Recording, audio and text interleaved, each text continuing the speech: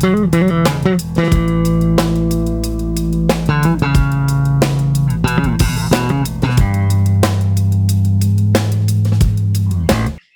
Essex County College family. Welcome to episode 23 of the Virtual Cafe. Today's episode is entitled Essential Success Tools for the Essex Student.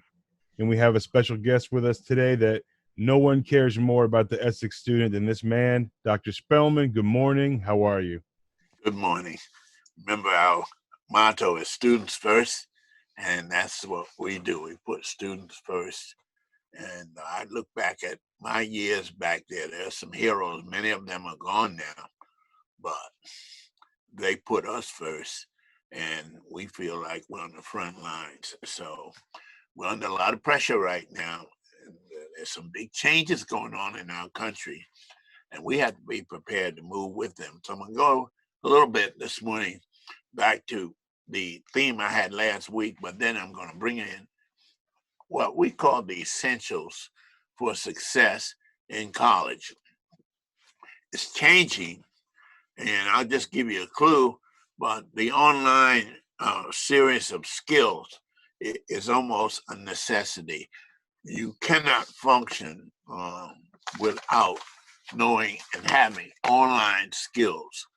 So a lot of things happen in college and in life because someone gives you a tip.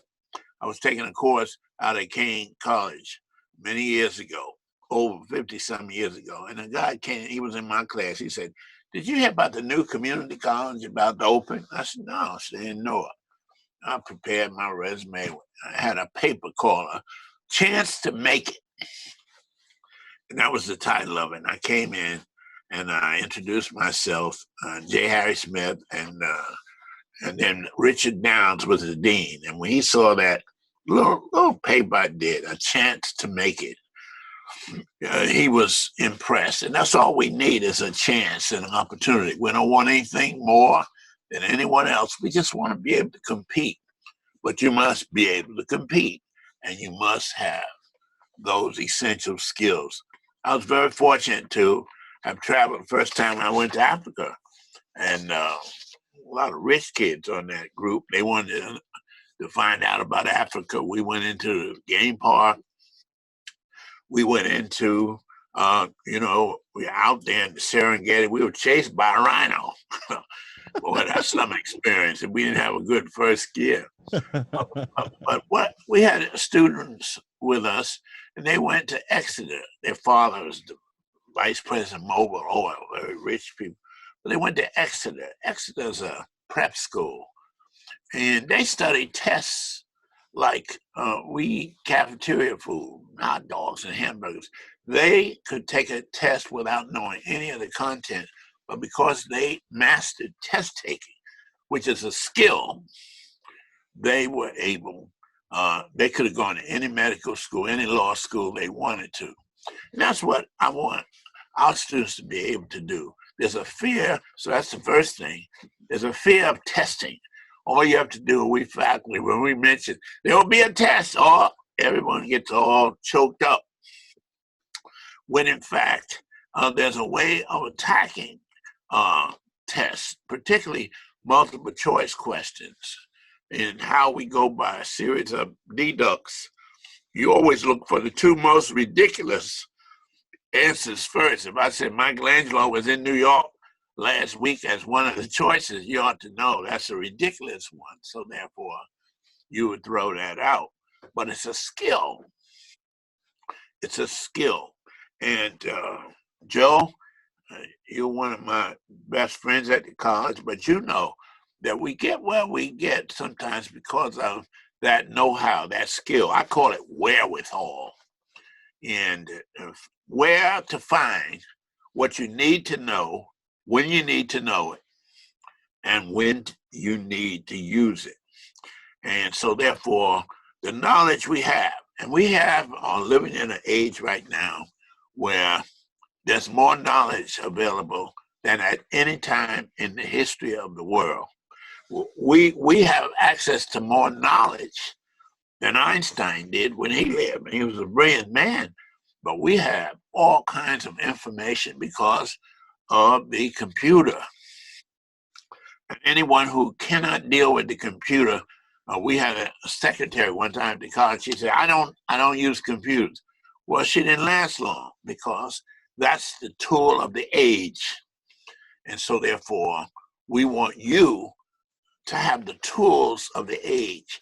And the first, I have a consistency in any course I teach. The first sentence is, "We want you to succeed." We didn't come here. We're not here for grades. Grades are important, but it seems as if, and a lot of our students put an emphasis on grades, but the real emphasis is on learning how to learn. We call it Essex County College, and we won't get through that long. We won't be that long. We watch our time, but this is fun to me.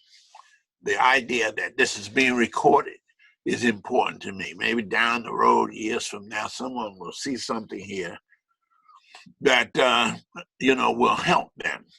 They definitely. And you all know me. I teach in the humanities division, and I teach computer graphics, and that has done a lot for me because one of the things you should always do is have skills, and I call them do-me-tiller skills. Your goal is to be an attorney.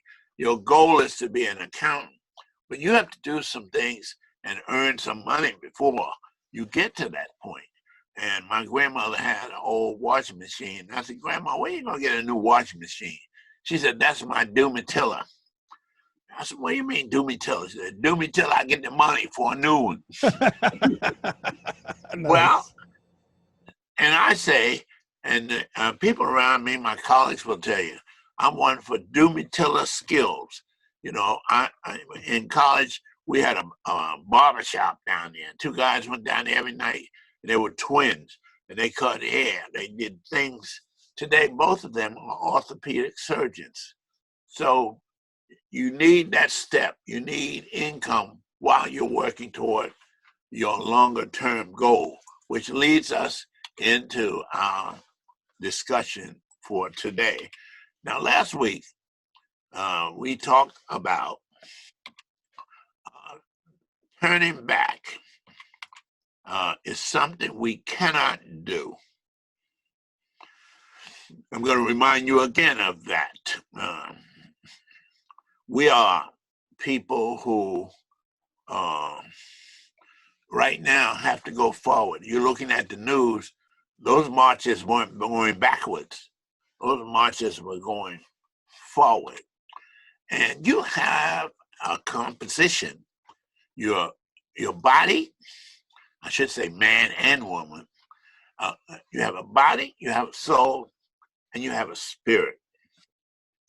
Now, I don't mean to get, I'm not going to be teaching religion here, but your spirit and your attitude and your philosophy and your focus on life and what you think of yourself are very, very important. Your mind, the United Negro College Fund used to have a slogan, "A mind is a terrible thing to waste." And, I like metaphors, but there was a man one time exploring the caves of a seashore. And he went into a cave and he saw this bag, and you had these balls of something wrapped around with clay. So he picked up the bag with them and he started throwing the balls into the ocean because he was right by the seashore. So he started throwing them away, but by accident, he went and one broke up against the side of a rock, and inside it was this great big diamond jewel. And he got to thinking, and he said, "Just think." And what he had left was a great fortune. But he said, "Look at what I threw away." I threw away. I can't go back to the ocean and get them, but look what I threw away. And you are too valuable. You have a mind. You have a heart. You have creativity. You have talents. You have gifts. It just can't be wasted. Some things you haven't even tried yet. Have you ever written a song? Have you ever written a poem? Have you ever tried to paint a painting? Have you done some things? There's some things I haven't done. I haven't done water skiing. It doesn't look like I will be doing water skiing. Me either. But in college life, academic life, we call it academic curiosity. You're always curious. And I keep stressing to our students at Essex how important it is for you to have some time during the day in which you are in a thinking meditation role. What did I learn today? What do I want to learn today?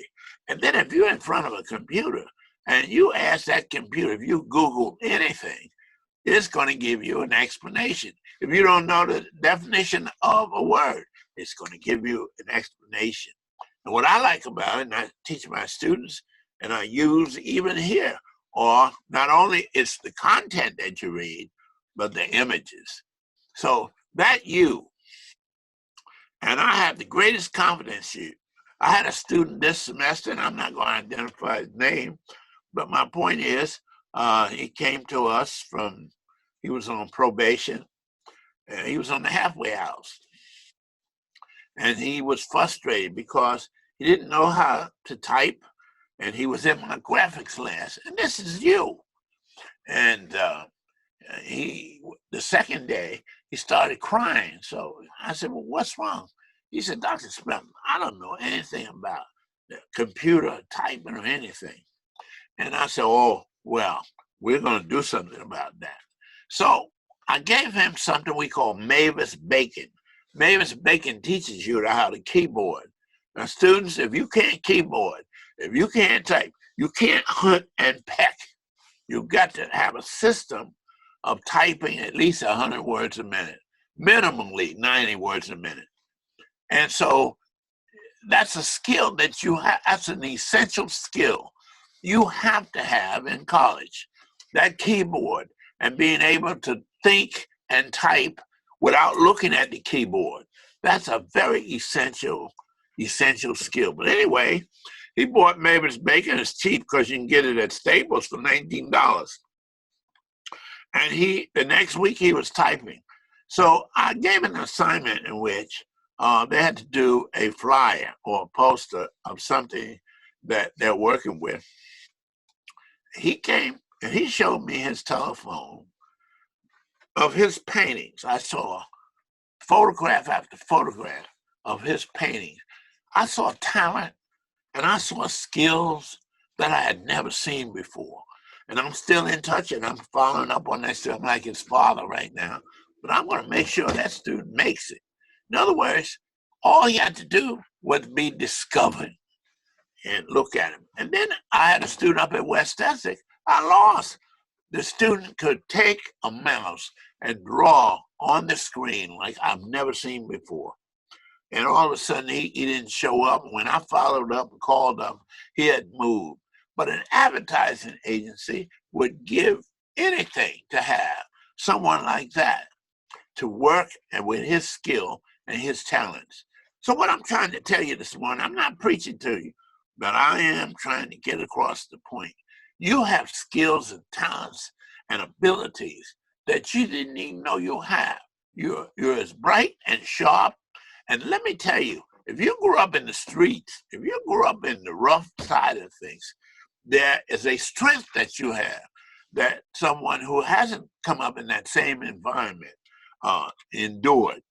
So setting goals is the first step in turning the invisible into the visible. Now, Tony Robbins is a great motivational speaker. He goes around the country, makes millions just doing motivations.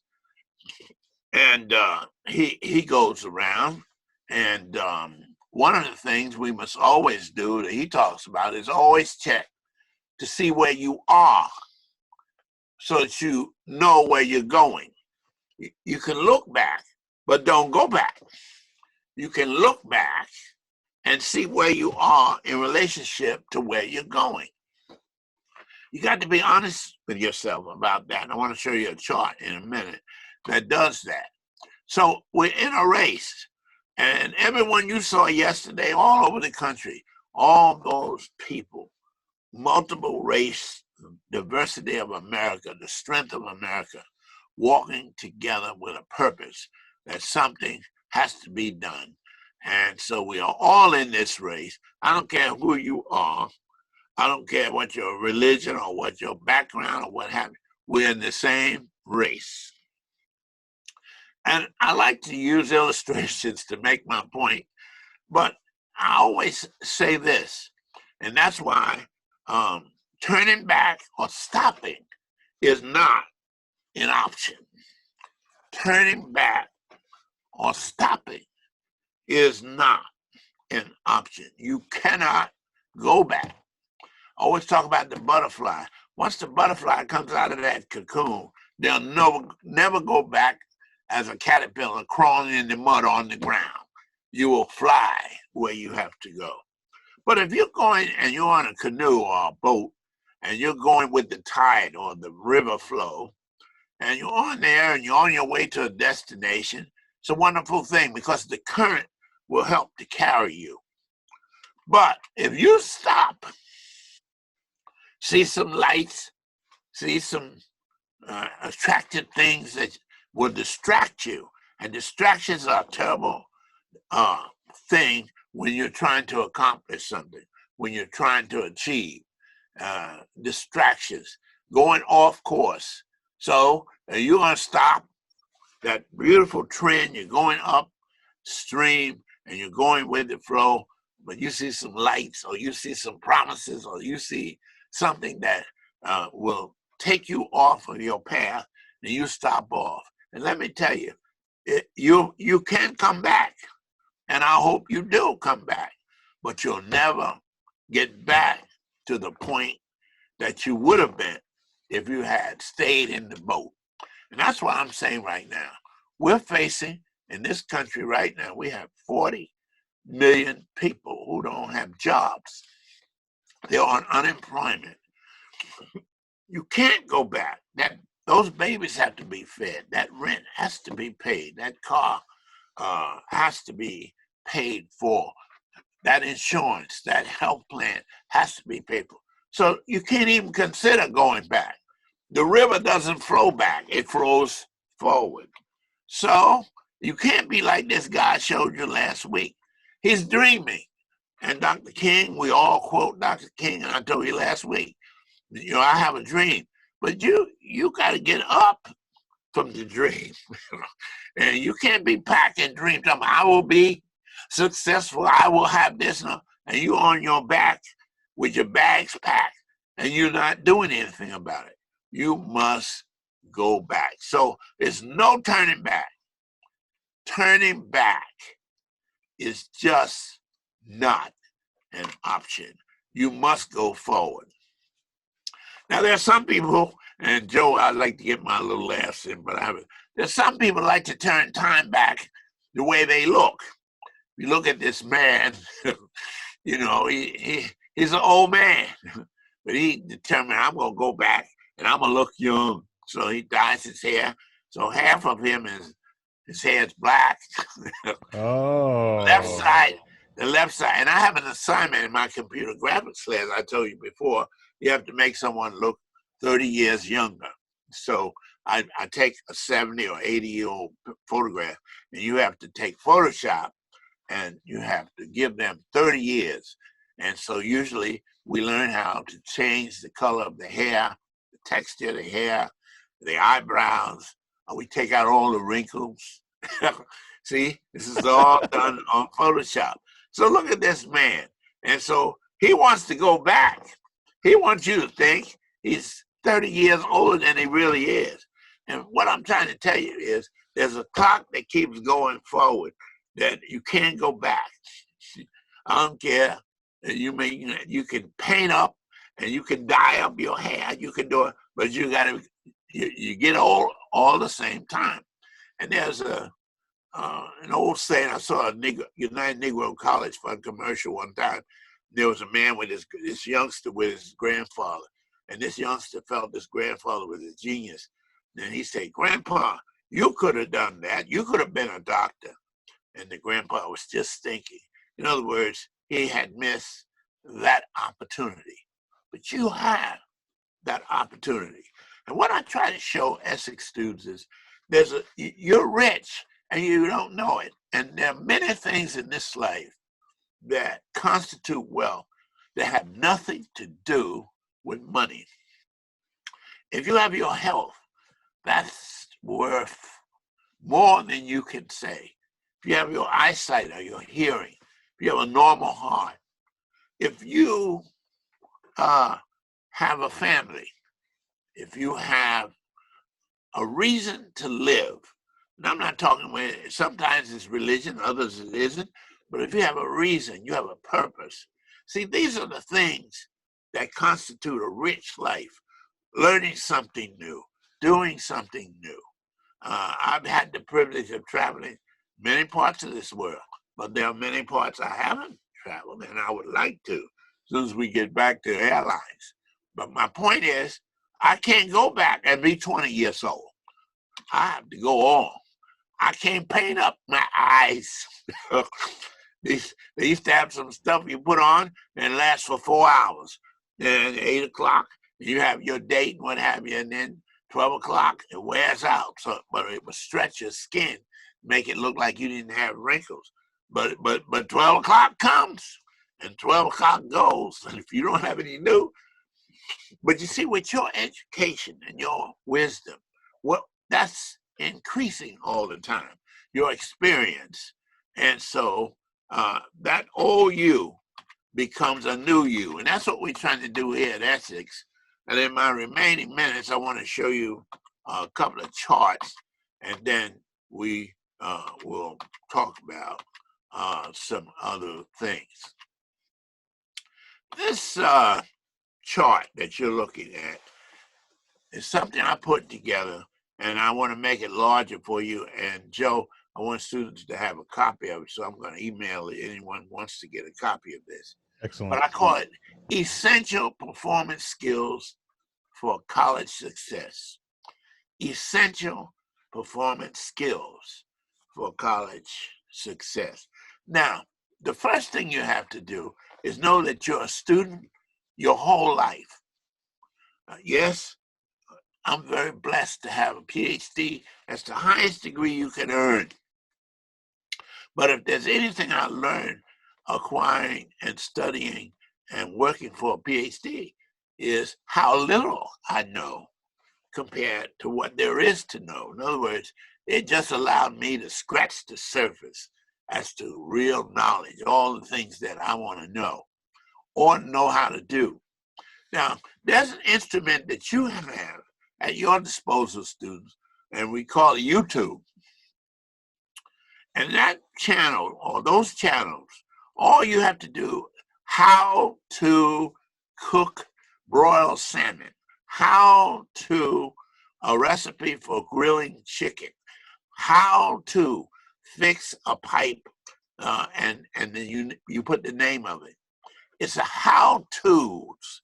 It also is an information thing, and I give a lot of assignments, especially since we're online, on YouTube. I don't like them to be more than 7, 8 minutes long, but it explains a situation, and you're able to put your hands on that knowledge right away.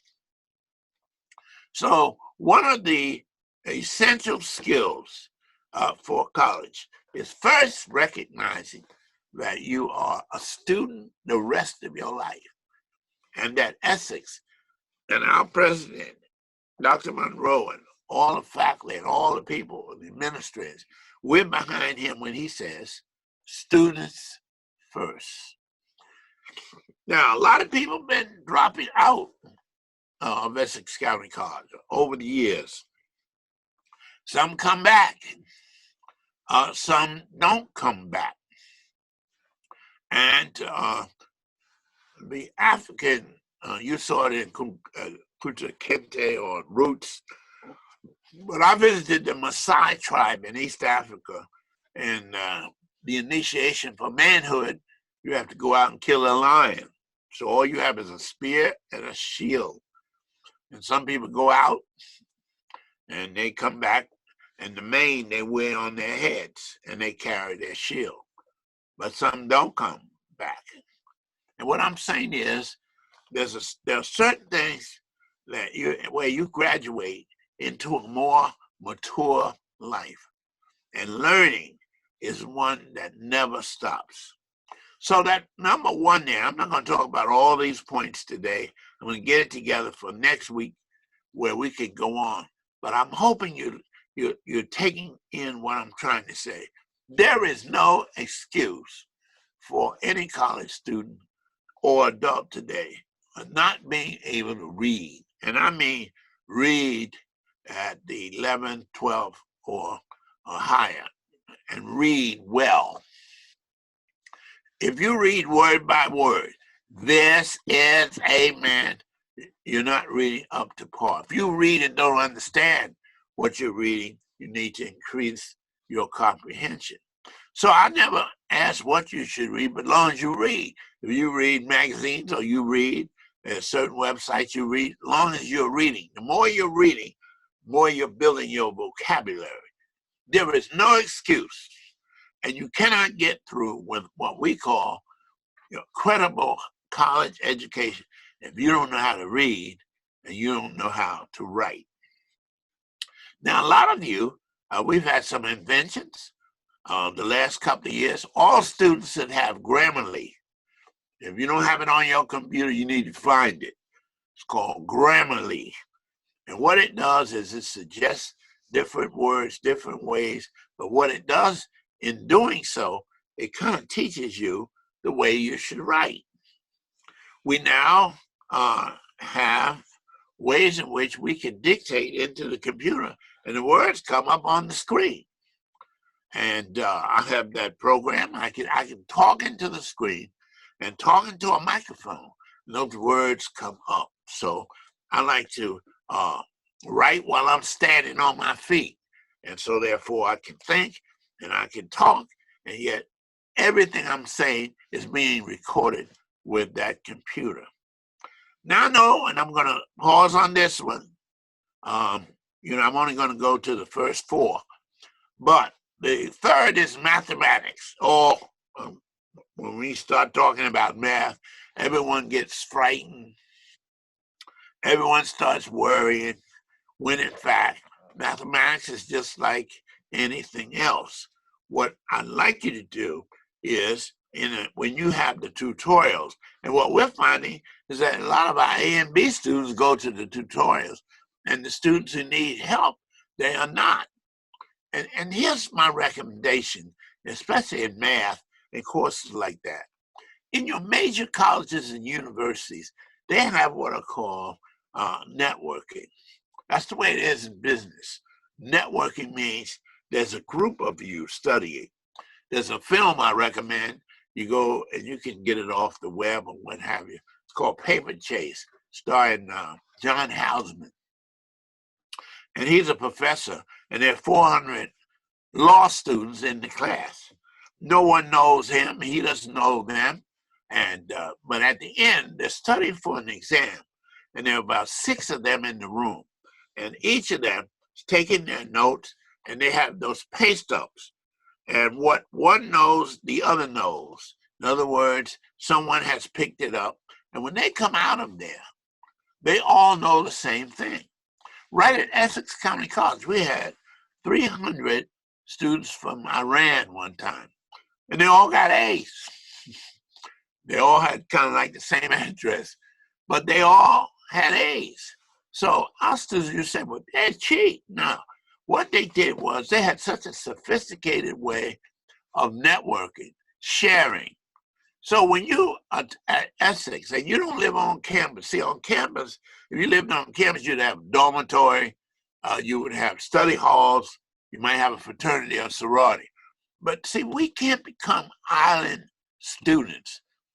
There ought to be 2 or 3 people in your class, especially in math, that you can call up at any time. And of course, get them to help you, or you form a network. Now, the last thing with math, I hope you're dealing with the mathematics tutorials. These tutorials are phenomenal. You can just about get fractions. You can get advanced calculus, and it's an academic research tool. And what we do is we take the head of our math book and we type that in. And of course, we end up with the tutorial for that. And a tutorial is great when it's recorded, students, because you don't get it the first time, you play it again. You don't get it the second time, you get it again and again. So my point is that with mathematics, there are tools to help you to keep you from getting into trouble in math. And as I covered in number 5 there, that keyboarding is extremely important. Now, next week, we want to talk about some of the actual skills. You need to know what is called Office. That is absolutely essential. Office, Microsoft Office. That's why it's the most popular program that's sold. Microsoft Word, Microsoft Excel, Microsoft PowerPoint. You can have Outlook and a few others. But those 3 are the most important. And then your oral and your visual communications. You may not be talking about a machine. We're talking about you. You use your gestures. When you talk to people, you look them in the eye. When you interview, you look people in the eye and you give them a handshake that's not weak, or you don't overdo it. I had someone shake my hand and was going to break my hand. I'm so quick trying to impress you. And what I'm saying is, your handshake has to be firm. Your posture, you sit in the seat when you're being interviewed, you can't just lean back and just be casual. Then there's certain little techniques that I want to talk to you about in the interview. For example, you look around and you see someone, a friend of mine went to Robert Kennedy's office one time, and he looked around the office and he saw Robert Kennedy playing with the dog and his kids, and he started talking about the dog, and his kids. In other words, you form a link. I went to the doctor one time and he had on his desk, he had Michelangelo's Pietà. And I said, oh, there's Michelangelo's Pietà. That was the link that we became great friends. We talked all day. So I'm trying to give you some of those particulars. I don't know much. I'm just a little student, just like you. You know a lot. But I want you to succeed. You can hear it in my voice. You can see it in my eyes. You can see that we want you to make it. You don't come here to waste your time. This is not just a building for you to come in and gain knowledge. We want you to take back a whole life. And then the last thing I want you to remember for today is, remember those people that you're going forward for. You're making a way for them and your kids and your grandchildren to come behind you. Many people talk about the African system, but the African system was to pass that knowledge down, pass that history down. And many of you take photographs galore with your phones, and then because the phone gets filled up and you don't want to, you want your memory back, you throw away some very valuable pictures. I'm trying to get you to see that basically you are a historian for your family. And you can put those pictures in a JPEG file on a thumb drive, and you have them. That's part of your family history. And then last, look at all the people carrying around cell phone cameras the other day, and look what happened. The evidence we have as a man who murdered another man by putting his knee on his neck. We have the photograph. Somebody used their cell phone. Somebody used their cell phone to follow the person who was killed a couple weeks ago and someone was back there. That videotape, that cell phone, those photographs actually captured the scene. And as a result, the main piece of evidence in those trials will be the videos. So I hope I've begun to help you here. I know that we've talked about a number of things, but to recapitulate, don't forget, don't underestimate who you are. You're really a talented genius. 2, never, ever turn around or turn back, and you can't stop. When you're in a race, you have to keep going. Even when you go to pass that baton, you have to get running with that person that's coming in. You don't stand there and wait for them. You have to start running with them. And so we're at Essex, and I'm speaking for all the faculty. I'm speaking for people in student life. I'm speaking for people who are in the registrar, the people who even clean the toilets at Essex. We want you to be in an environment in which you learn and you grow. So, Joe, I trust that we'll go on next week. You know we will. All right, students. That was Essential Success Skills for Essex Students. That's you, part 1 with Dr. Spellman. Now, at the same time, I'm also watching this and I'm recording it live as it happens. And I'm just as amazed and taking as much information in like a sponge as you are. You may think because I work here at the college that I have some magic knowledge. I have some using some of the skills that Dr. Spellman has definitely taught me over the years. But I learn something new every time I listen to him talk and every time I see him present. I hope that you picked up some essential skills today that may allow you to reflect upon the actions you've taken so far in your life. And maybe there's some things that you can tighten up. Maybe there's some skills you have that you're okay at right now, but you can get even better at. Do it. Get better at it. Watch a video on YouTube. Learn how to make yourself better. It's only going to help you. I think it's going to come in handy big time in these next few years we got coming up. Dr. Spellman, we want to thank you for joining us today. Do you have any final words for our students? Well, I wish you would tune in for our next one. We're going to go further in this essential skills for college success. That's what's critical. And you can go, and the great thing about it, that computer tool, they don't look at who you are, or where you came from, or what your accent is, or what your color is, or anything else. It's there for the learning. We can all benefit from it. When you look at slavery, there's a key scene in Roots. I don't know if you remember, Joe. But what happened was the slave owner's daughter, she had taught Kizzy, the slave girl, how to read. And they were friends and they taught how to read, but the father didn't know it. But one day, father came into the room and Kizzy was reading. And he got so angry that he had her sent away. And Kizzy was sent away to another place. Why? Because when you have the power to know, that's power. Knowledge and reading and writing, that's the power to know. And what they used to do is beat the slaves. They couldn't even have books. They used to hide dictionaries and books under the planks in their houses, because if the master found out that they had a book or that they could read, oh, they were dangerous. So be one of those people who can find out, and everybody can find out. Find what you need to know, when you need to know it, and when you need to use it. Thanks, Joe.